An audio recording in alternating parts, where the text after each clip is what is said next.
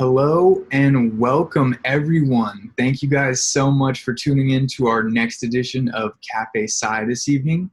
For those of you who do not know, my name is Colin Summerhauser and I am the head of Haunted House in Palo Alto.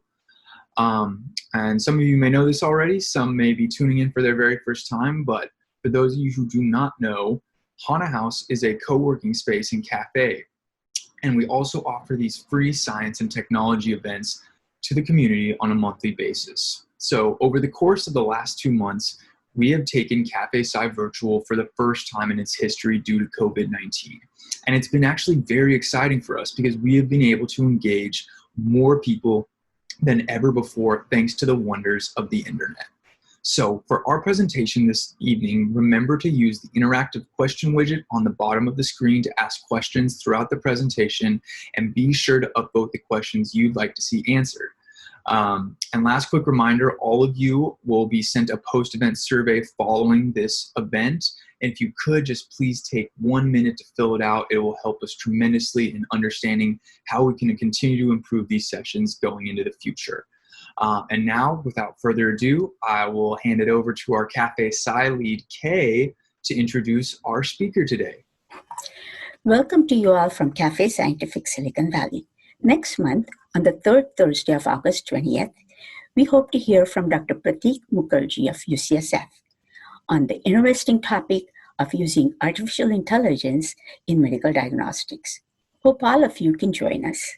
But today, we are going to hear from Professor Michael Fischbach about microbiome. He's an associate professor in the Department of Bioengineering at Stanford. They say the microbiome may be involved in diabetes and obesity. I for sure want to hear about microbiomes from Dr. Fischbach. He is an Institute Scholar of Stanford Chemistry, Engineering, and Medicine for Human Health, and the director of the Stanford Microbiome Therapies Initiative. Some of the awards and honors received by Professor Fischbach include NIH Directors Pioneer and New Innovators Awards, an HHMI Simons Faculty Scholars Award, a Fellowship for Science and Engineering from the Packard Foundation, and a Glenn Award for Research in Biological Mechanisms of Aging. Dr. Fischbach received his PhD in chemistry from Harvard in 2007, where he studied the role of iron acquisition in bacterial pathogenesis and the biosynthesis of antibiotics. After 2 years as an independent fellow at Massachusetts General Hospital, Fischbach joined the faculty of UCSF, where he founded his lab, which uses a combination of genomics and chemistry to identify and characterize small molecules from microbes, with an emphasis on human microbiome. In 2017, his lab moved to Stanford. Dr. Fischbach is a founding member of 2 companies, Federation Bio and Revolution Medicines. In addition, he serves on the scientific advisory boards of Federation Bio as well as NGM Biopharmaceuticals. Here is Professor Fischbach. Fantastic. I'm delighted to be with you tonight. Not my atoms, but at least my slides, which are almost as delightful. I'm going to be telling you about the human microbiome, a topic that has become such an interesting area of research that I couldn't possibly compress everything that's been discovered over the last decade or so into one 45-minute presentation. So instead, I'm going to try to start by giving you a sense of what the microbiome actually looks like, something that I think will feel a bit different from what you typically hear in even in research articles, but certainly in the popular press. Then I'm going to tell you a lot about what we think the microbiome does and how we're going to be able to put it to use to cure disease. So I'm going to start kind of outside the microbiome to give you a sense of how this has come in some sense out of left field into the area of microbiology, something that had been studied one way for a long time and now looks quite different. And so I'll start with this handful of soil to get us all in the mood and point out that in one handful of soil or in one glass of water from the ocean, there are more microorganisms than there are humans on the planet, which is an extraordinary thing to think about. It's especially interesting to me as a researcher who loves microbiology, because the way that people have studied microorganisms for decades are by culturing them as individual species in the lab on a plate or in a test tube, whereas the way that they grow in the real world is in the context of these complex multi-species communities. So their genomes must be full of genes that are there for interacting with other microbes and with big organisms like humans. And their lives must really be about living as a part of a community. And yet almost everything we as the research community know about them has been learned by studying them in this artificial condition of being in pure culture. And so I say that to kind of get you and me in the mood of realizing that although we've been studying biology for a long time and microorganisms for almost all of it, there's so much we don't know about how microbes function, especially when they're living in the real world context of a complex community. Okay, so that brings us sort of up to speed and allows me to begin telling you about the human microbiome. And instead of giving you the gory history of like why we began studying it and how that all unfolded, I guess studying it again would be the right way to put it, since people have been looking at it for a long time. The very short version is that the same DNA sequencing technologies that were developed originally for use in sequencing the human genome were once we got finished with the draft sequence of the human genome, the same people who were standing at the same sequencing machines realized that they could be used to address what at the time was and still is an even harder challenge, which is to sequence the collective genomes of all of the organisms that are living together in a community in the human gut or on the skin or in the mouth. And so that idea bubbled up from the cauldron and became a rather large project at NIH in which 300 people were sampled at 15 or 18 body sites, 15 for guys and 18 for gals. And the purpose of this was to try to define what is normal. In normal, healthy humans, meaning that people who had diseases were excluded from this research study, what does the microbial community look like? Who's there? And that is a much more difficult question to answer than you might imagine, but I'll tell you some kind of summary thoughts from that.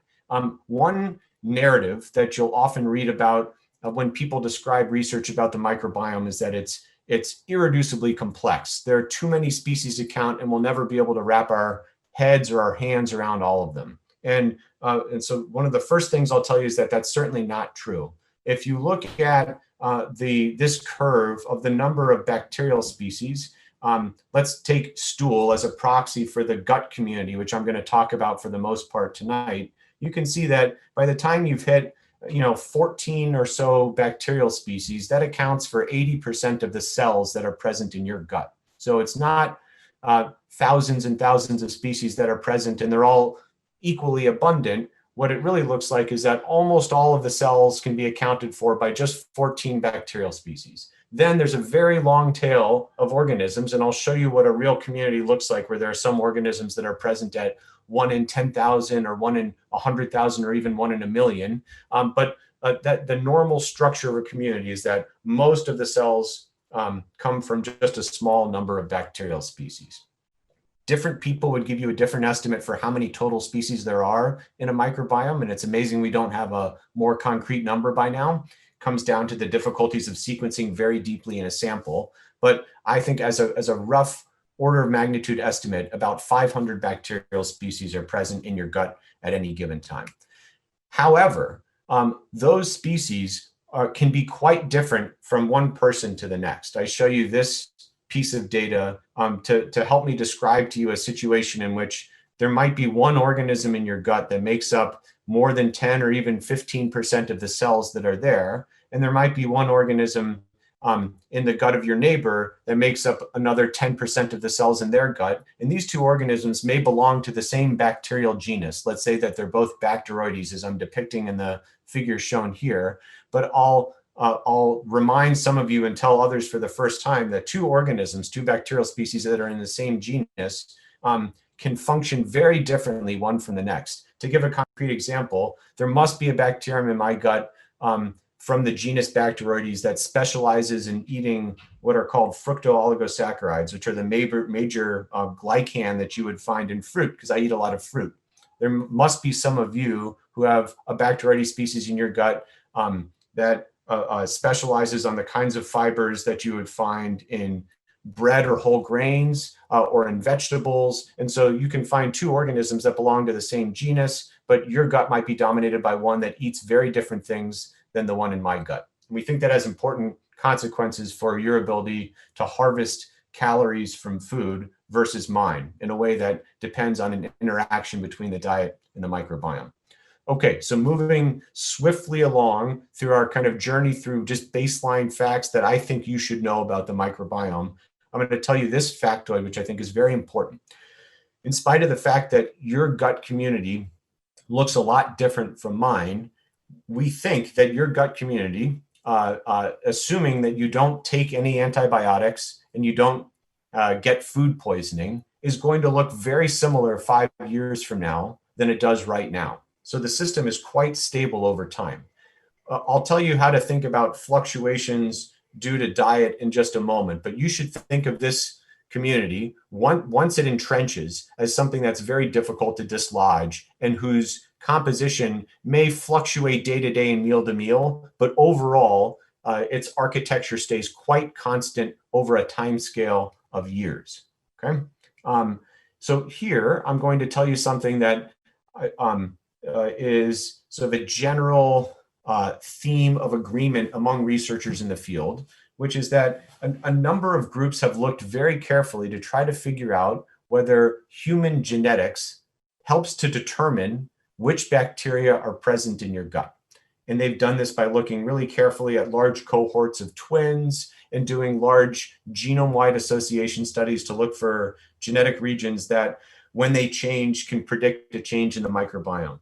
And the sum total of that research would suggest that there is almost no relationship between human genetics and the composition of the microbiome. This is a plot that if there were any correlation at all, you would see an R squared that looks a lot different from the way that it looks right now. But here it looks like how similar your microbiome is to somebody else has absolutely nothing to do with how closely related genetically you are to them. In contrast, what does determine the composition of your microbiome is it looks like two things. The first is what you eat, which has a very large impact on the composition of your microbiome. And the second, which is even more important, are the early events that describe the development of your bacterial community. The things that happened early in your life when you began eating solid foods, and the events that took place over the next 2 or 3 years set you on a path that largely describes where you are right now, save for smaller changes that happen over the year's timescale. So these early events in ecosystem development, which ecologists would call priority effects, combined with the foods you eat, are the things that really impact the composition of your microbiome. One thing still in this section about just sort of general things you should know about how the microbiome is composed and the things people are poking around in right now to try to figure out whether there's something worth studying there, is that one the theme that's come about over the last few years is people asking the question whether the microbiome that I have and the one that I presume almost all of you have, which I would call very broadly a Western microbiome, is not the one that humans evolved to have. And the way that they've asked this question is to go into largely uncontacted populations that live off in the bush somewhere, in many different places, in fact, and sequence the microbiomes of those folks and then compare them to people who are in Italy or Australia or the US or Canada. And the sum total over those studies is that there's a very large compositional difference between the bugs that live in the gut of people from uncontacted populations. These are meant to be like a proxy for the ancestral human microbiome versus what you would find in a person like you or me. I don't take a position on whether humans evolved for the hunter-gatherer microbiome versus the one that we have right now. I think we don't have enough data to make that call. I don't know whether we ever will, but it is an interesting question to ask whether we as the human, and especially our immune system, we're expecting in some sense evolutionarily to see different bugs than we're actually seeing, and whether there's some mismatch between the bugs that are there and what they're doing and what the human organism evolved to do. So this is an interesting thread of research that you could keep your eye on, but it could turn out to be nothing, or it could turn out to help explain why there's been such a sharp rise, for example, in the incidence of autoimmune disease. Okay, I'm skipping topics, but making sure that these have been curated for your pleasure and knowledge. And this one I include because if I don't, many of you will ask about it, since it's sort of an interesting and pertinent question, which is that what happens to your microbiome when you take an antibiotic? If many of you are anything like me, when you were a kid especially, you were given antibiotics once or twice a year for some kind of ear infection. And so people have asked the question, is the use, and in many cases overuse, of antibiotics responsible for some kind of trouble in the microbiome? I'll give you the data and then I'll tell you how I think about it, and I'll leave you to draw your own conclusions. So my colleague at Stanford, a guy named David Relman, who's one of the pioneers in the field, did a really interesting study where he took a handful of people and gave them 2 courses of a broad spectrum antibiotic called ciprofloxacin. These are normal, healthy people eating normal stuff, and he gave them 1 course of antibiotics, and then he gave them a rest, and then gave them a 2nd course of antibiotics. And he sequenced their microbiome before, during, and after each of these perturbations.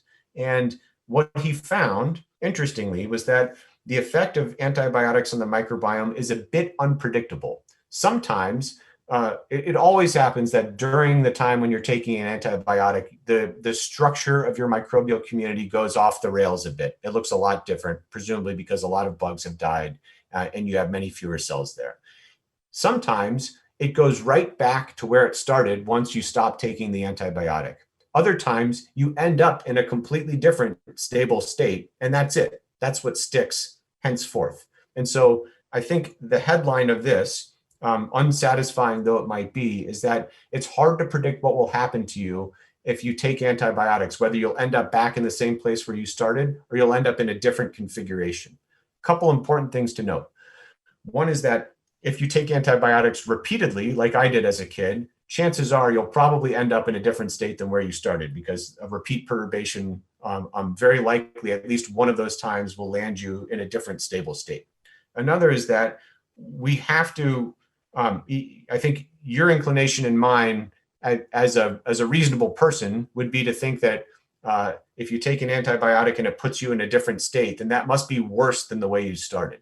And I would urge you, the scientific side of your brain, to reject that threshold assumption for the very simple fact that we don't really know how to measure whether a microbiome is good or bad yet. There are some very simple things we can say, like, is it overgrown by a pathogen or not?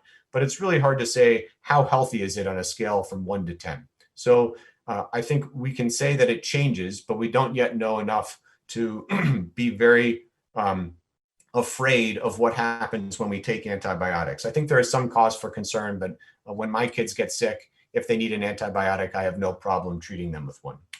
Okay, so I'm going to transition here from the section where we're talking about sort of general overview facts about how complex is the microbiome, what does its composition look like, does it look the same as it used to in older human populations, and start talking more about what the microbiome does. And these are topics chosen from among many things I could have talked about, and almost all of them will be left out for the sake of time, but I wanted to get into 2 topics more deeply than the others because they're interesting and they point to ways in which we can understand very concretely how we're affected by bugs that live in our gut, how different that is from one person to the next, and then how we might put them to work. So the first topic we're going to talk about is the fact that the microbiome is a very large, somewhat unregulated factory of chemicals. I would compare it to being an endocrine organ in your body, not unlike the pancreas, except the kinds of endocrine molecules made by the microbiome are very different from what your pancreas makes. And I think that in some sense, it's good to think about the microbiome as a massive source of chemicals that burst into your bloodstream every time you eat. Reason these are interesting are, I guess there are a few reasons why they're interesting. One is that most of these molecules, the only source you have of them is the bugs. They don't naturally exist in you, the human, so their levels in your bloodstream are determined entirely by which bugs are present and which ones are absent. The second, as I just mentioned, is that these chemicals don't stay within the confines of your gut. They get into your bloodstream, and that means they can affect peripheral tissues and organ systems. And so something that happens in your gut microbiome could very easily manifest somewhere else in your body. Third thing we like about them is that this is not a subtle effect that they're having on you. Many of the molecules that are made even exclusively by the microbiome end up in levels in your bloodstream that is similar to what Advil or Tylenol would show up at after you swallow a pill. So these are not tiny little quantities of chemical. These are very large amounts and plenty to cause a big effect on the human organism. But in most cases, we don't know what they do. The last reason we're interested in them is that their levels can vary a lot from one person to the next. So I'll show you raw data supporting that claim here. If you just use a fancy instrument called a mass spec to measure the level of chemicals in blood, this is the blood of 112 different humans who had blood drawn, you can see that the brown circles on the right side of the slide, these are human-derived chemicals, things that you find in blood, and these are typically found in a very tight concentration range. If I measured all of you, 185 people listening right now, you would have almost the same level of methionine or kynurenine in your blood. However, if I measured all of you and asked how much indole propionic acid is in your blood, about 25% of you would have none, and the other 75% of you would have a level of indole propionic acid in your blood that varied more than 100-fold. And so these chemicals, the ones that are in your blood but derived from the bugs in your gut, at least have the potential to underlie large biological differences between people, just that we need to learn a little more about them and what they do. There is a sense in which I need to decouple for you the effects of diet and the microbiome, both of which are important here. Diet is really important. We may talk a little more about that in a moment. In fact, we will when we talk about a special chemical called trimethylamine N oxide, which we'll get to in just a second. But even for two people who eat the same diet, let's say that you and I, after this talk, sat down and ate the same meal of a big steak burrito and a salad, that even if exactly the same chemicals came down the hatch in your gut and in mine, if you have different bacteria there than I do, then the tryptophan we both swallow in your gut could get converted almost exclusively to one tryptophan metabolite that comes out of the microbiome, like indoxyl sulfate, and in my gut could get converted to a completely different tryptophan metabolite that is also derived exclusively from the microbiome. And so in this sense, you can't just think about diet as being the determining factor of which metabolites will end up in your bloodstream. It is the combination of diet by which bugs are present in your gut that determines how you'll end up being chemically. So let me tell you why we should care about how you'll end up being chemically using two anecdotes. And I'll actually click back to this slide so you can see where I'm coming from. There are many, many molecules here that are predominantly or exclusively derived from the microbiome. I should have said we know almost nothing about any of them because there hasn't been an easy way of studying them one at a time in a mouse or especially in a human. But I'm going to give you a couple of anecdotes so you can see just what kinds of things they might be doing and why we're pretty interested in them and they could be important. So here, I'm going to tell you the first of these two stories is going to be about a molecule called trimethylamine N oxide, or TMAO. I'll just say TMAO because it has fewer syllables. And TMAO is a really interesting molecule for a bunch of reasons. And one of them is its origin story, why we're talking about it tonight. This starts with a guy who's become a close friend and collaborator at the Cleveland Clinic named Stanley Hazen. And Stan is in charge of the preventive cardiology clinic at the Cleveland Clinic. Many of you will know that the Cleveland Clinic is a big catchment for patients who want to be treated for cardiovascular disease, and he runs the preventive cardiology unit. So it's his job to keep people from developing cardiovascular disease in the first place. And so Stan, of all people, is interested in diagnostics. He wanted to find a way to predict whether somebody is likely to get cardiovascular disease. There is a test for that right now. Some of you have taken it or are given this test regularly at your doctor's office. And it measures the level of a protein in blood called C-reactive protein. That test is okay. It's not great. It's not bad. It's okay at predicting your risk of getting cardiovascular disease. Stan had the hypothesis that if he measured all of the chemicals in blood, he'd be able to find one that does a better job of predicting your risk of cardiovascular disease than C-reactive protein. And so going in with no more keen hypothesis than just that, he took several thousand blood samples from people that he had banked at the Cleveland Clinic. And these are blood samples that were collected a long time ago. And he had medical records to see whether the subjects from whom he had taken the blood went on to get cardiovascular disease or not. So he's able to measure the level of every chemical in the blood in all of those blood samples and ask, do any of these correlate with the risk of developing cardiovascular disease? And one chemical, a few actually, but one in particular popped out as very strongly correlated with the risk of developing cardiovascular disease. And it was this chemical called trimethylamine N oxide. And at the time, Stan knew nothing of the human microbiome and presumably didn't care. And by going on to Google, as we all did, Stan learned that trimethylamine N oxide turns out to come exclusively from bugs in the gut. There's no human source of this chemical. And the way that it comes about is that two chemicals called choline and carnitine, which you may have heard of. Carnitine is found at high levels in red meat. Choline is found also in meat, fish, eggs, are converted by bugs in the gut to an intermediate chemical called trimethylamine.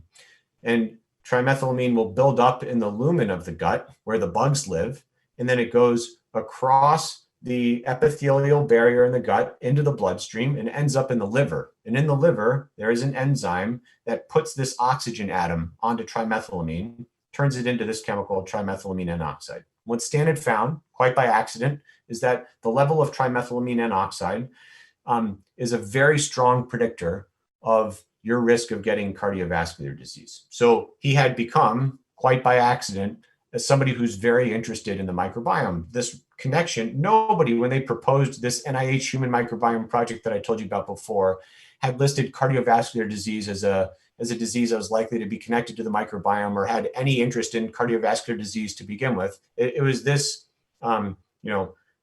innocent, accidental finding that forged the connection between the two. So it turns out that, sort of summarizing a lot of work that Stan and now a lot of other research labs have done, that how much TMAO you have in your bloodstream is not just a strong correlate of cardiovascular disease, but he's shown that TMAO directly likely induces or causes cardiovascular disease by inducing a process called thrombosis, which is clotting in your bloodstream. And Stan has also come up with ways of blocking the production of TMAO by bacteria in the gut. And if you block its production, you can prevent, at least in mice, thrombosis, the clottiness in your blood, and atherosclerosis, which is a far downstream process which involves hardening, calcification of your arteries, something that precedes cardiovascular disease or a heart attack. So this is an interesting and unexpected connection between one of those chemicals that I showed you on the slide that are made by gut bacteria and your risk of getting heart disease. I should point out to you that the level of TMAO, if I measured the level of TMAO in every one of the 191 people who are listening right now, I would get quite a large range of TMAO levels.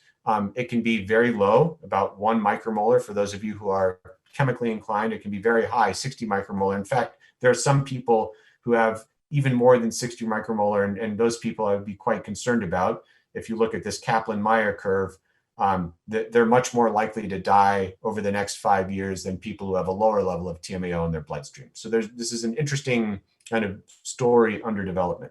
I'm going to finish the TMAO story by telling you something pretty interesting, which is that it's one of the studies Stan did early on here, which I think sort of speaks volumes about how we could take advantage of this. One way you could take advantage of this is just to develop a drug that directly blocks the production of TMAO.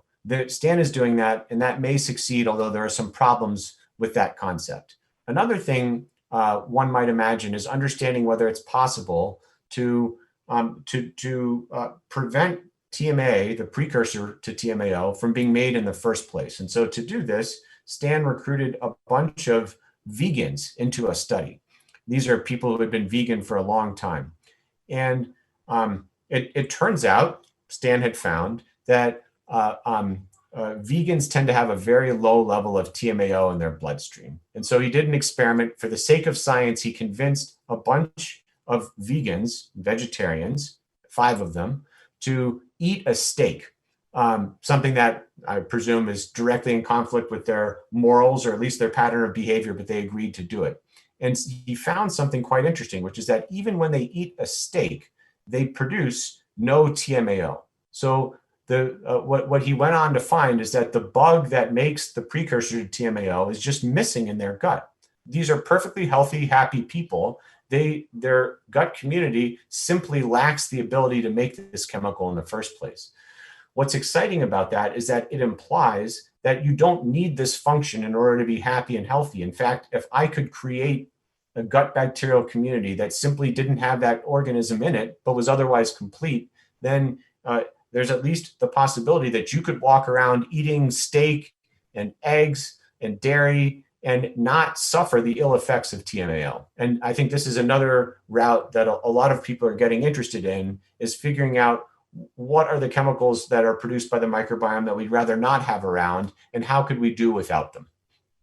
I'll come back to that at the end.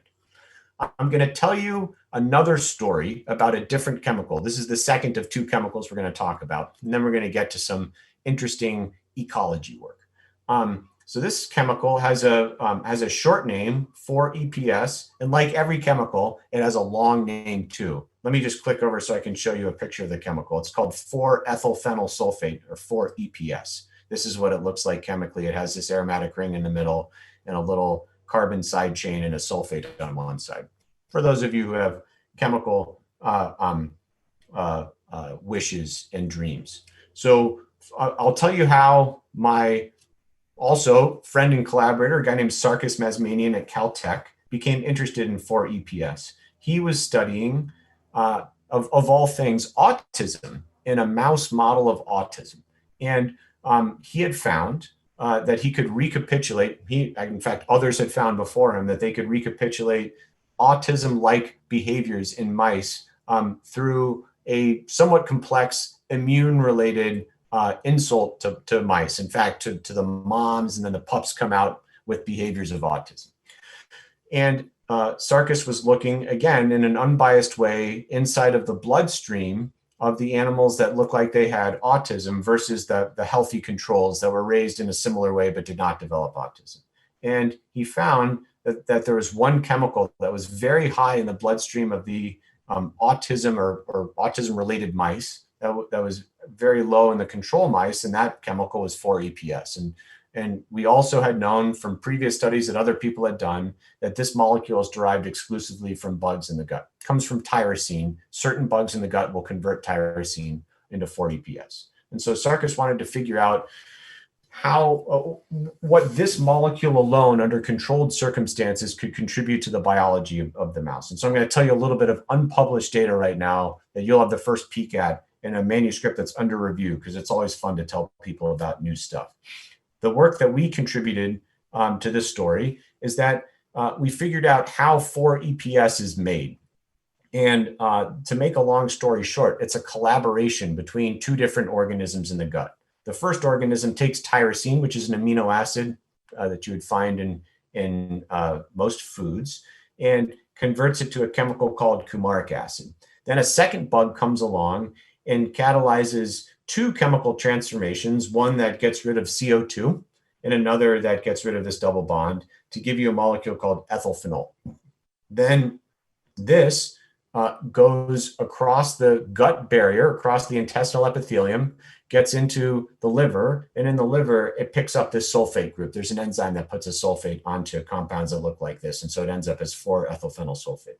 And so it was that we were able to create, by knowing the pathway, a very clean, if somewhat artificial, experimental model for studying the effects of this chemical on the mouse. We took mice that are called germ-free mice. These are mice that are raised in a bubble and have no bacteria living on or inside of them. And we could put these two organisms together into the mouse. And if you put these two organisms that are outlined, the pathway for which is outlined on this slide, into the mice, then they end up with 4-ethylphenyl sulfate in their bloodstream, normal levels of it.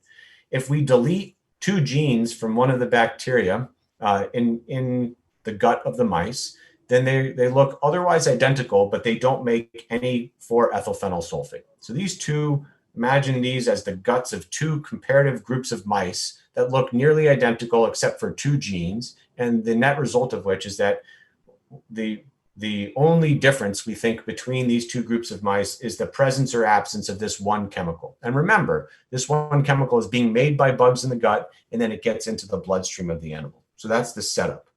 Then Brittany Needham, who's a postdoctoral fellow in Sarkis's lab, did a bunch of experiments on these mice. So in every one of these experiments, the mice that have 4-EPS, this chemical in their bloodstream, are going to be the red bars. And the ones that don't have 4-EPS in their bloodstream, but are otherwise identical, are going to be the black bars. So she put them through a group of behavioral experiments, which I'm going to show you the data from here. So if you put mice into a big box and you have a camera sitting above them and let them walk around the box, you can track their movements. And it turns out if you put these two groups of mice into this open field, they will walk the same total distance. So there's no motor deficit. The mice are happy to walk. But it turns out that the mice that have 4-EPS in their bloodstream spend most of their time near the walls of the open field, whereas the ones that don't are happy to explore the middle. So people who are mouse behavior experts view this as a behavior that's associated with autism spectrum disorder. It's sort of an anxiolytic behavior, reflects that the mice feel anxious. Another similar experiment involves putting the mice on this sort of cross-shaped maze. One arm of the cross has a roof, the other one does not. And two things you can measure when you put a mouse onto this simple maze. One is how much time do they spend under the roof versus not under the roof. And then the other thing you can measure is how much time they spend peeking over the edge. And by both measures, the mice that have 4-EPS on board spend less time peeking over the edge, and they spend less time out from under the roof. They prefer to be under the roof, much more so than the mice that don't have 4-EPS on board, who are more willing to explore. So by both of these experiments, it would seem that the simple addition of these two genes to a bacterium in the gut of the mouse is causing the mice to appear as though it's feeling anxious.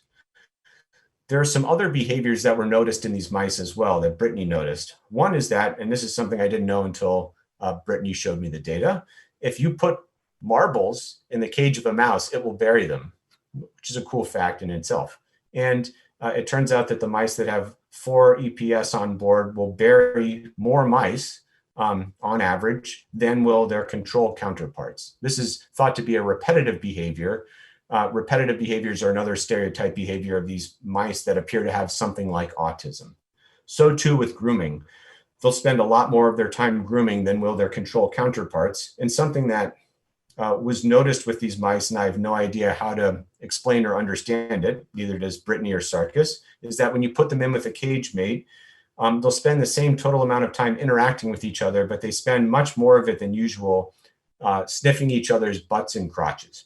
So let me sort of frame this a bit for you, at least my understanding of it anyway.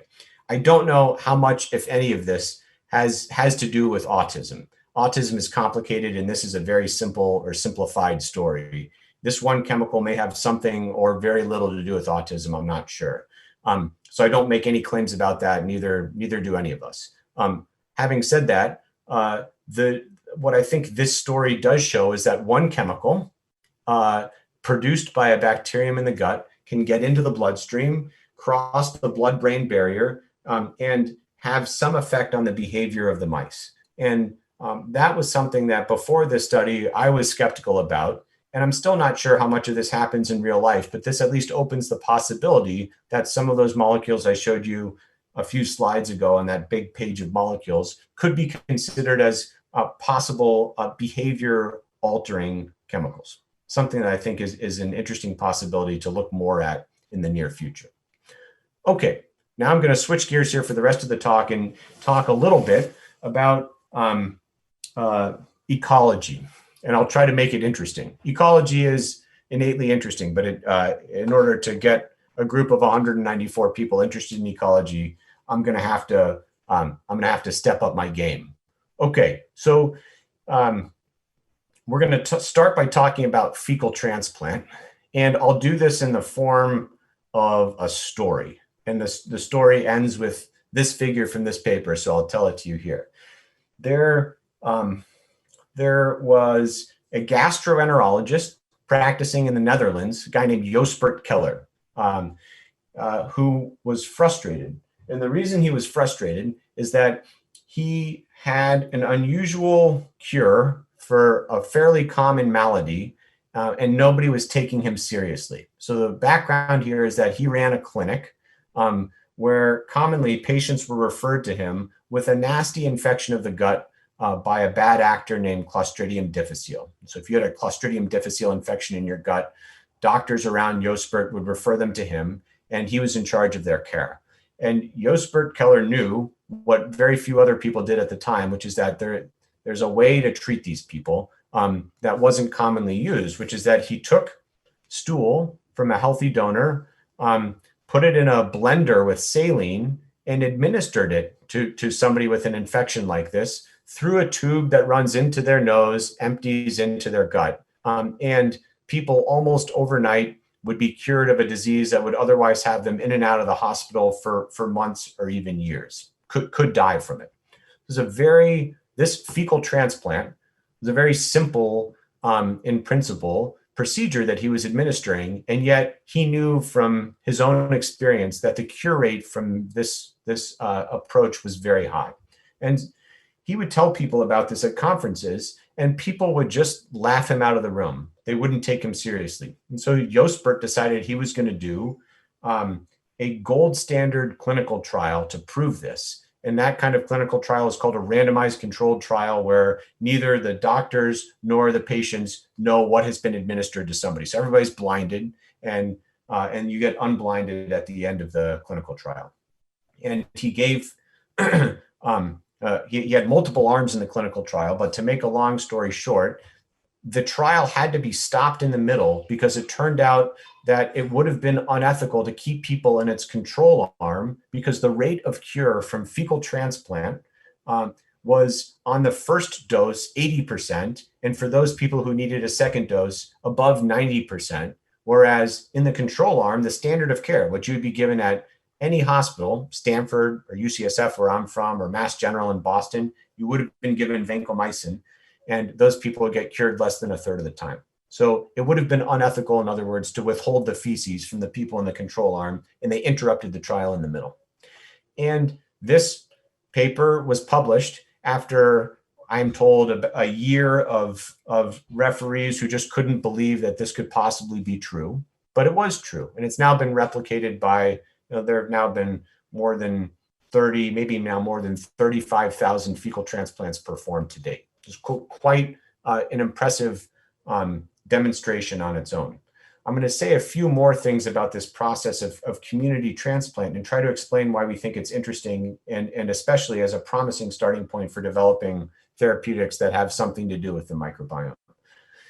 In addition to how important this is for people who come down with a Clostridium difficile infection, there are other sort of signals from these data that look quite different from what one would see when you develop a new therapeutic modality, for lack of an easier term to use. If you come up with a new chemical or a new antibody therapy in the pharmaceutical industry, there will almost always be acute adverse events you have to contend with. Something will happen in a small portion of people in the trial, in any trial you run for almost any drug.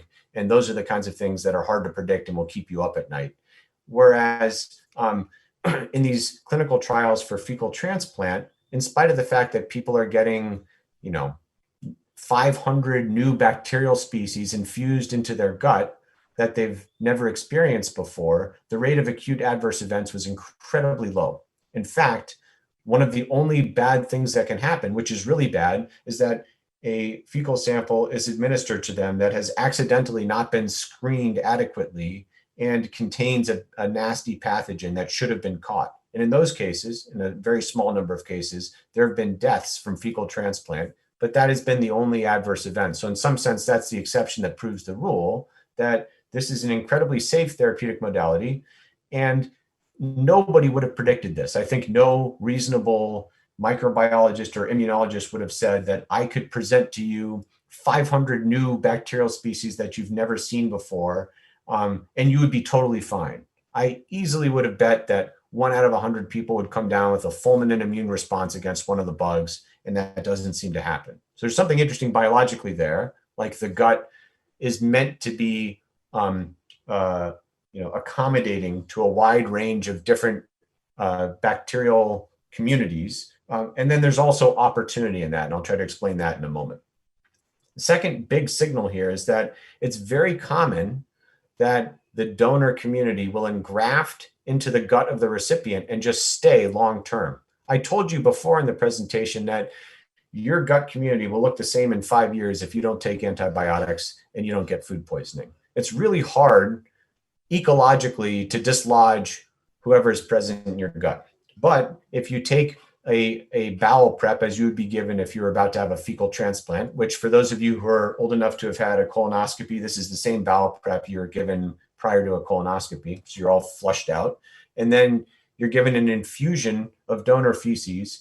You'll very likely end up looking almost exactly like the donor indefinitely. And there needs to be no relationship between the donor and the recipient. In that New England Journal trial that Jospert Keller ran, there was one old woman who was the donor for all the subjects in the study, and she bore no relationship to any of them. And yet they were all, or almost all, cured by her feces. And so there's no need for a match between the donor and the recipient, and it looks like the community almost always will engraft stably. Moreover, there are lots of people finding out interesting things right and left about what one bug or another in the gut microbiome does. And I think to people who are thinking about the microbiome as a place to find new therapeutics, you could do no larger thing to somebody's biology through the microbiome than just to replace it with a brand new microbiome that's been very carefully constructed and tested. So I would suggest that microbiome transplants are going to be a very fruitful thing to develop in the future, but there's some work we have to do in order to be able to make it something that can happen predictably. So I'm going to talk about some of the work that is happening at Stanford right now and just give you a brief window into how we're thinking about this and why we think there's tremendous promise here. I'll give you kind of I think that was more of an applied justification. I'll give you the sort of basic justification here and then tell you how we're going about this. The more basic justification is that some of the experiments that have gotten people most interested in the microbiome and that you typically read about in the popular press have a common format, which is that we use these germ-free mice, to which I referred quickly in the middle of the presentation. These mice that are raised in a bubble, don't have any bacteria living on or inside of them. And they're quite useful for studying the microbiome because you can put a different microbiome or a single bacterial species into the mouse and study its effects on the mouse. And so much of what we know about which diseases are linked to the microbiome has come from studies like this. I'll give you a few examples. In a famous early study, a guy named Jeff Gordon at WashU in St. Louis transplanted feces from obese people and lean people into a germ-free mouse and showed that those gut communities carried the the effects of obesity and leanness into the mice, that those mice going on to eat the same chow, the mice transplanted with feces from obese people would gain more weight than mice transplanted with feces from lean people. So that shows pretty convincingly that the microbiome has some relationship to your ability to capture calories from diet. It's not known how that works yet, even though that we've known about that for a long time, but there's clearly a relationship. Likewise, people have shown that if you transplant feces from a subset of cancer patients who respond to some of the new immunotherapy drugs into a germ-free mouse, then the response to those cancer drugs, meaning your melanoma will shrink in response to the drug, comes along for the ride with the feces. Like the gut microbiome is influencing, not just a little bit, but very heavily, how you respond to some of the newest and most promising therapies for cancer. So people are working very hard on that because the effect size of having the right microbiome is much larger than the effect sizes of adding all sorts of different drugs to a cocktail of immunotherapies. These are really interesting and compelling demonstrations that the microbiome is involved in some process of interest, some disease process. But they're also, this experimental format is a little bit frustrating and maddening because it's really hard to figure out how something like this works. If I take a fecal sample from me and transplant it into a mouse and find something interesting, the mouse behaves differently or it weighs different than it used to, I can't really figure out how that works because the fecal sample I transplanted wasn't defined. It wasn't made of a known composition. So I can't fractionate it. I can't take some bugs out because it didn't come in with a parts list. So much of the work we're doing right now at Stanford is meant to figure out whether we can update this old paradigm by making an important change and keeping everything else the same. The change is that we'd like to transplant into mice a completely defined community, something that is of similar complexity to what a real microbiome looks like, but is made entirely of known organisms so that we could construct it a second time, missing one organism, and ask the question, what did that one bacterial species contribute to what you see in the mouse? And I'll frame some of what we're doing here, why it looked impossibly complex technically and why it seems to be working, and give you kind of a sense of where we are right now.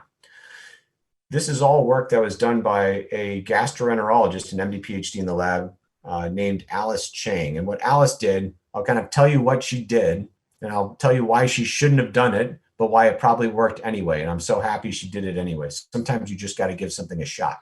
And she decided she wanted to build the very first highly complex community of known parts. I'll frame this for you by saying that people had constructed very simple mock communities before that were defined, made of 10 or 15 or 20 bacterial species. And those are so difficult to work with that most labs don't want to do that. It's just too much to control. They're like, you have to control the growth of many different organisms, and they all grow at a different rate. And some of them don't like to grow on Wednesday and they grow fine on Tuesday, and it's impossibly complex. And so Alice came in and said, I'm going to build a bacterial community that is much closer to the native level of complexity. It'll have more than 100 organisms in it. And I and everybody else in the lab thought she was crazy. And so Alice, who's not one to shy away from challenges, came up with a list of organisms that she found not by how abundant they are in the human gut, but how prevalent they are. She narrowed down by asking that she only wanted organisms that were present in roughly 50% or more of the healthy humans that had been profiled in that big study I told you about at the beginning of the talk, the NIH Human Microbiome Project. And that is this list of organisms right here. And she managed to get her hands on all of them. She figured out a way to grow all of these bugs, and I cannot stress how much work that was because many of these, the term of art is, are fastidious. They're really difficult to grow. They all have to grow in a big anaerobic chamber where you're wearing gloves and you're in an environment that has no oxygen in it because your gut has no oxygen either. And these bacteria not only will not grow where there's oxygen around, but they will kill themselves. So you have to grow them inside of the chamber and grow them all separately so that we can combine them together into a community. Because if we want to be able to leave one out, we have to make sure that we grow them in separate tubes first and then combine them. So So it was that we managed to get our hands on all of these, and Alice figured out how to grow them without getting them contaminated. And then we had to confront what were the, at the time, existential concerns we had about an experimental format like this. Those of you who are former scientists or current scientists or know how science works will understand that you can't do science if you can't reproduce your work. Reproduction of work is kind of the cornerstone of science. And so we were all concerned that how could we set this system up twice and get the same result? There are so many variables. How could we ever get reproducible data? And it turns out that that's the opposite of what we found. This system, even though we can never set it up exactly the same way twice, is very reproducible in how it behaves in its architecture inside of mice. It behaves like it has some kind of internal glue, some stability that's holding it together. We don't yet understand how that works, but it's definitely helping us out because it makes it possible for us to do experiments over and over again and get very similar data, even though the community that we started with, one of the strains might be tenfold more or less abundant the third time we try it than the second time we try it.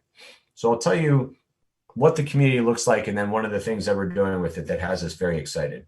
I wanted to show you these rainbow dot plots so you can see what our raw data look like. Here we're plotting one circle per organism in the community, and we're plotting it at its level of relative abundance. And so this circle up here is a bug that is the most abundant bug in the community under these conditions where we're growing it. And it's present, it's roughly 30% of the cells in the community are this one bug. Then you can see that most of the other bugs are somewhere in this little band here that range from 10 to the 1, so that'd be 10% of the community, all the way down to 10 to the -4. So that'd be 1 in a million in the community. And there's a pretty even spread of organisms. I have a better graph of that right here just for you to see. And I'm showing you this because I want you to understand what a real bacterial community looks like. This resembles, in fact, what the bugs in your gut, the community in your gut look like. There's some organisms that are present consistently at 10% or more of the cells in your gut. There are other organisms down at the right side of this plot that are consistently present at 1 in 100,000 or 1 in a million, but they'll be there at 1 in 100,000 or 1 in a million tomorrow and the next day and next month and next year. So they're just as much a part of the community as these guys are up here. They're just at a much lower abundance. And so really, in these communities, you have to begin thinking about them as having as ecosystems with very highly abundant organisms and very low abundance organisms, but somehow they're all required in order to make the ecosystem function. I'll tell you one experiment we did with them, and this is what I'll close with, and then I'm looking forward to answering questions for the rest of the time. We had figured that the organisms in Alice's community were a good starting point, but we wanted to make a community that was as full as possible. And we presumed that not all of the niches that need to be filled in the gut would be filled by the bugs in Alice's community. Probably a good start, but not complete. And niches, which I like to call rooms at the hotel, I envision them as open rooms at the hotel. We wanted to make sure that we didn't have very many open rooms at the hotel, because the more complete was the community that we could build, the more likely we think it is that we'll be able to transplant it into a human and it will engraft stably. And so we set up an experiment. The experiment looked like this. We took 4 groups of mice that were germ-free, and we put Alice's community into them. That's this group of organisms right here. We grew them all up separately, we mixed them together, and we put them into the gut of these 4 groups of germ-free mice. And then we let them hang out for a month so the community would have time to stabilize and colonize and fill all the niches that it was capable of filling. Then at the beginning of the second month, we split the mice into 4 different isolators, and we challenged them with either a sham challenge, which was just saline, a fake challenge, or with 1 of 3 complete human fecal samples. And the reason we did this is that we were hoping that organisms from the complete undefined human fecal samples, like yours and mine, would jump into our community to fill the open rooms at the hotel. Then we'd be able to sequence the DNA and figure out who jumped in, and we would be able to augment our community accordingly. That was the hope. Then I have to tell you this story because this story represents what we should have expected. This is sort of the best expectation we could have had. And it comes from my very close friend and collaborator, Justin Sonnenberg, who is one of my partners in crime at Stanford. And Justin, who is full of sunshine and optimism, walked into my office one day right before we did this challenge, like right at the end of the first month of this experiment. And he just said, "Michael, I want you to know this whole thing is going to fail." And I was devastated. And I said, "How could that be?" And he said, "Remember what you're doing here. Alice took 104 organisms isolated from 104 different humans. They've never seen each other before. And she put them into a community in the gut of a mouse. But we're about to challenge them with a fecal sample. That's like 500 different organisms that have learned how to live together and be stable in the gut of an adult human, probably for a decade or more. And they're just going to come in and decimate your small community that has never learned how to live together." And so I walked away from that meeting feeling horribly depressed, and I spent a month not looking forward to the data that would come out at the end of this experiment. But this is why you do experiments, because sometimes you actually don't know what's going to happen in the end. And what happened was quite a surprise to all of us. Long story short, some 80% or so of the cells that came out after the second month from fecal pellets from these mice after they'd been challenged by a human fecal sample were from our original community. That indicates that our community held together pretty well. It turns out that of these 104 or so strains we put in, about 15 of them dropped out. They failed to thrive. Some of them dropped out even before we challenged with a fecal sample. They weren't fit to live in the mouse gut. Presumably they will differ from mice to humans. The rest of them stayed, and of the 20% of the cells that were new, these were very non-random, interesting jump-ins from the human fecal samples that we challenged with. It looks like there were certain organisms we had chosen, like there was a strain of a bug named Bacteroides ovatus that didn't do, it's very common in humans, but did very poorly in the mice. And from each of the human fecal samples, a different Bacteroides ovatus jumped into our community and filled that room at the hotel, which was a not too subtle hint that we had chosen the wrong strain to begin with. And there were other examples like that. And so, schematized here, what Alice did was that she put her community into the gut of a germ-free mouse, challenged with a fecal sample, and observed that some new organisms jumped in. That's the yellow and the light blue here. She then fished them out, put them back into her community, and ran the experiment again to see if it would be more stable the second time around. And it turns out that it is. It's considerably more stable the second time around. Now, 90 to 95% of the cells that are there at the end of the experiment are the ones that we started with. So in essence, we've created something from scratch that's completely defined, but it is stable enough to largely withstand a challenge by a complete undefined human fecal sample, which we think is very promising because we think that this is going to be a nice starting point for a completely defined and therefore engineerable community that will one day before long be something that we can take through manufacturing and into clinical trials in humans. I'm going to show you what this community looks like, what that challenge experiment looks like in terms of these dots.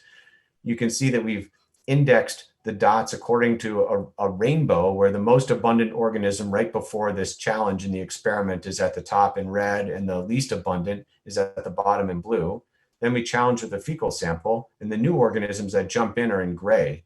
And you can see that they do show up, but they don't change very much overall the architecture of the community. So the community, even though it's defined and we built it from scratch, is holding up. It turns out to be quite stable in the gut of these mice over the course of the experiment, something that I think holds a lot of promise for where we're going with this.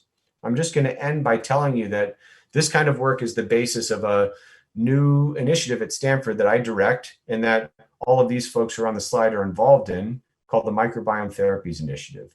And it's a fantastic group of people. I could say, meaning no harm to my former colleagues at UCSF, where I set up my lab at the beginning of my career, that the reason I came down to Stanford is because it has a world-class group of researchers working on the microbiome, and this is a group of people I wanted to spend a lot more time with.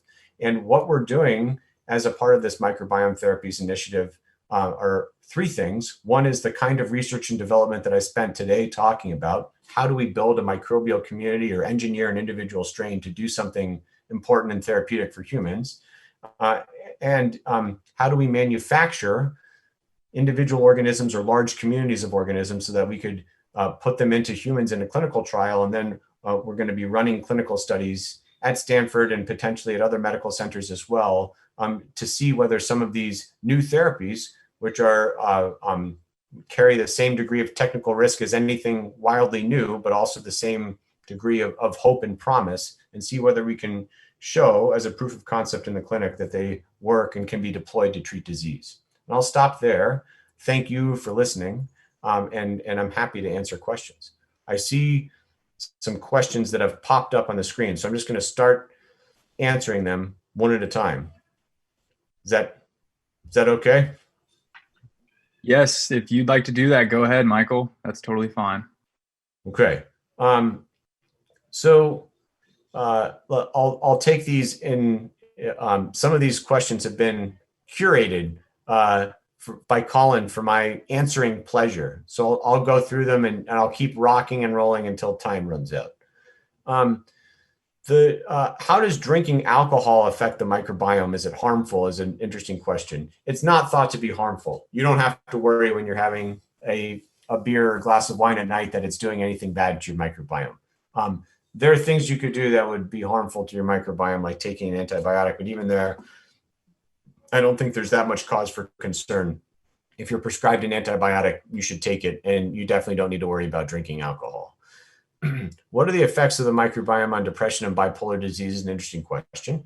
The connection between the microbiome and diseases like depression and bipolar disease is not yet clear. I think that this is a broader question. I should include autism in this, Parkinson's disease, which has bubbled up from the cauldron over the last few years. There is the possibility that the microbiome plays some role in these diseases. There's also the possibility that it'll turn out, as researchers look more carefully into it, that what was an apparent connection is actually nothing. So when I say I'm not sure, I really mean it. I think it's important for scientists like me to be able to say that to people like you when we don't know how something is going to turn out, that's the case. I think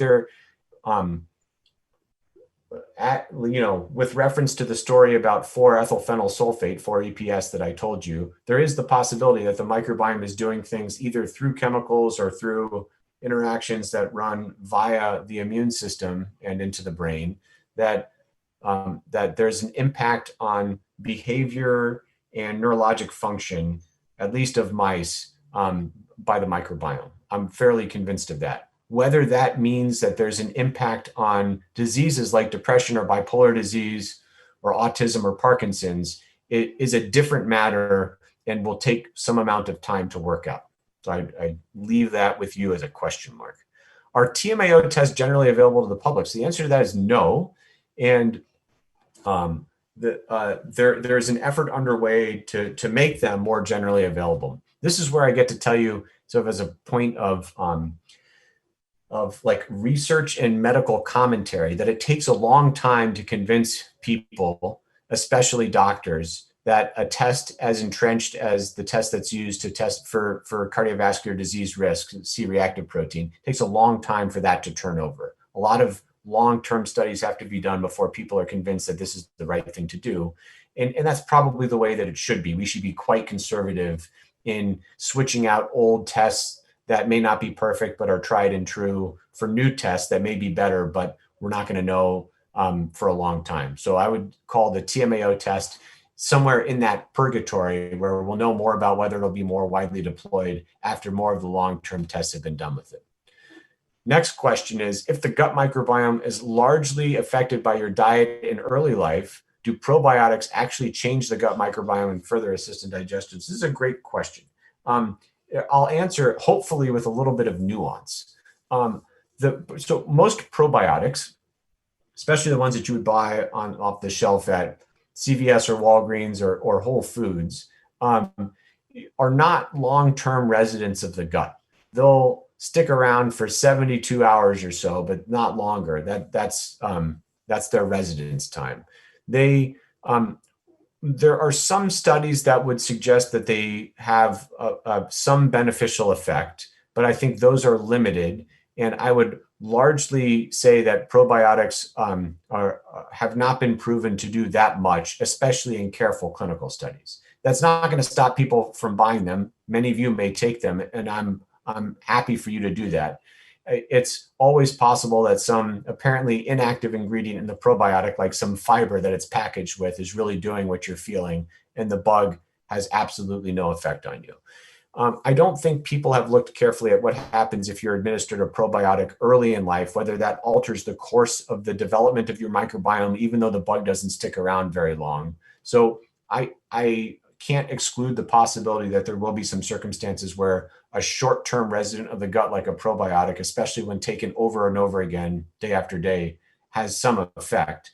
But I consider it likely that all short-term residents of the gut will have much less of an effect on your biology than this new class of therapies that will be coming down the pike, where we mean to replace your whole gut community with another gut community that will live entrenched inside of your gut for many years or decades. That I think will be we shouldn't even call them probiotics at that point, because they'll be a completely different class of bug-derived therapies that can be offered.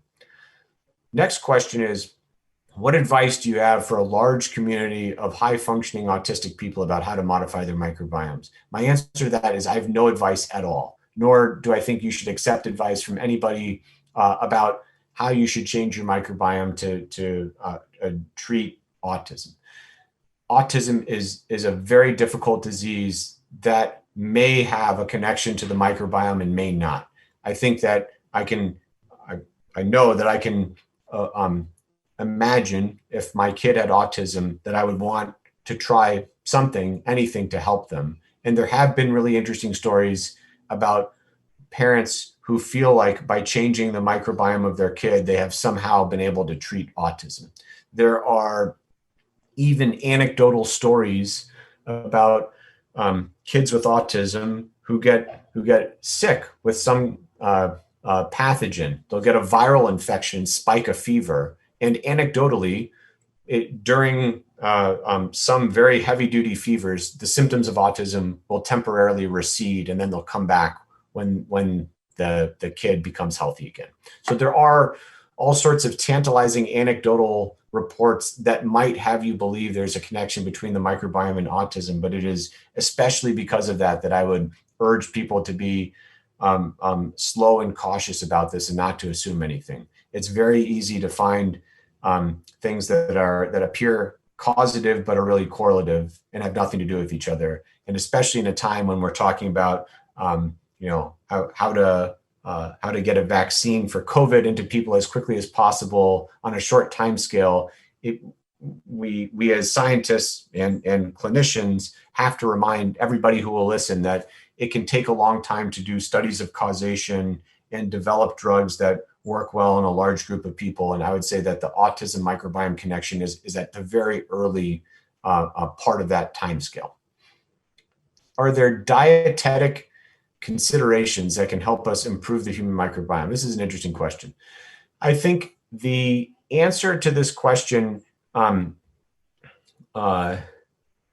it depends on your perspective and the point where you are in your life. I think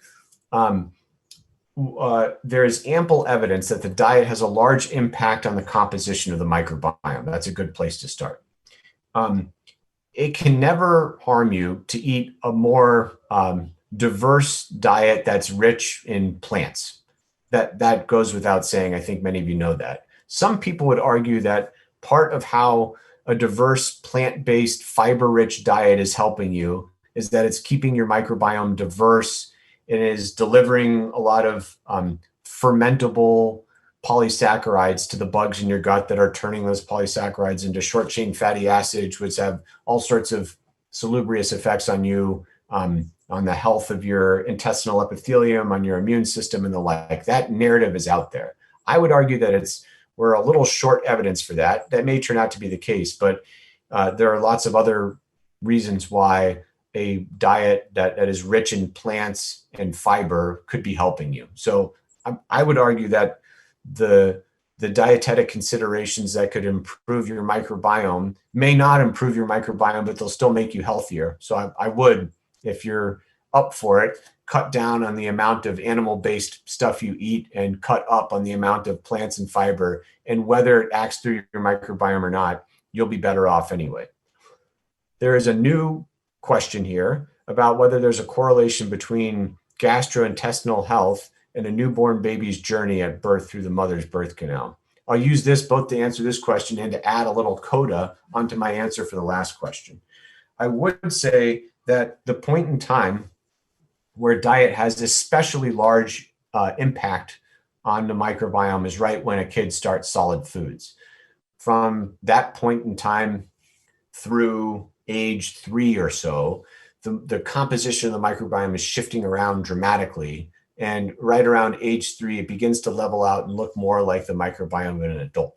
And so during that time, that's probably a good time to introduce a lot of foods, especially healthy foods, to a kid, where if you wanted to have more of an impact on its ultimate composition, that would be the time to catch somebody. Let me go back to this question.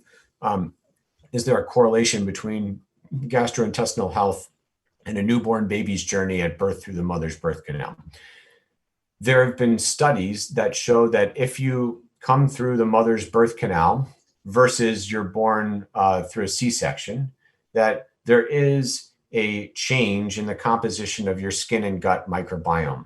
However, that change appears to be temporary, and it kind of disappears. It wanes over time until a point where you can't tell people apart by the mode of their birth. Some people would argue, and I don't know who's right, that even though that difference wanes over time and it's hard to tell me, I was born through the birth canal versus other people I know who were born through a C-section, that some people would argue that since I was born through the birth canal, that during a critical period in the development of my immune system, I had more helpful inputs from the bugs that became attached to me as I went through the birth canal than did other people who came right out into the world not through the birth canal. And I don't think there's evidence for that right now. There are only correlations in diseases like asthma and allergic disease, where there does seem to be some impact based on how you were born, but there's also impacts of all sorts of environmental things on those diseases. And I'm not sure that I place as much emphasis right now, if I were running odds, on the mode of your birth than on other impacts from your environment, like whether you lived on a farm or have an outside dog. Okay, is there a way to have your microbiome tested to see the general composition, and would that be helpful for a person to know? So this is a good question. There are companies, none of whom I'll mention since I don't work for any of them and don't want to, and you can find them in a Google search, who are happy to test your microbiome and send you statistics about its composition. I'd argue that for most people, these are not worthwhile because those companies and I and my colleagues in the field don't know enough yet to tell you much about your microbiome. The only exceptions to that rule are in a small number of diseases where you can very easily tell that somebody has the disease by looking at the composition of their gut microbiome. One great example of that is Crohn's disease, where not everybody who has Crohn's, but a large portion of people who have Crohn's will have a very large perturbation to the composition of their gut community. It can be dominated by an organism that would usually be absent or present at less than 1 in a million. So you can tell right away this person has disease. And in those rare cases, it could be a great diagnostic for disease. Other than that, it's really hard for me to tell you much about your health. There's not much that's actionable in there. So if you're curious, feel free to, but I would not take too seriously the report that comes along with the data that'll purport to tell you something about your health based on the composition of your microbiome. Those are not based on solid facts. Okay, I'm gonna pass back over to Colin, who will wrap up here. All right. Thank you, Michael. That was awesome. Thank you, everyone, for tuning into Virtual Cafe Sci this evening. Thank you, Michael, again, for taking this time to speak with us tonight about new therapies for the microbiome. That was amazing. based on the chat, it seems like our audience definitely enjoyed the content and learned something new tonight. For the audience, I hope to see you all back in a month for our next virtual Café Sci. Be sure to check out hanahouse.com. You'll see the registrations there. Have a great rest of your Thursday evening, and I look forward to seeing you guys next time.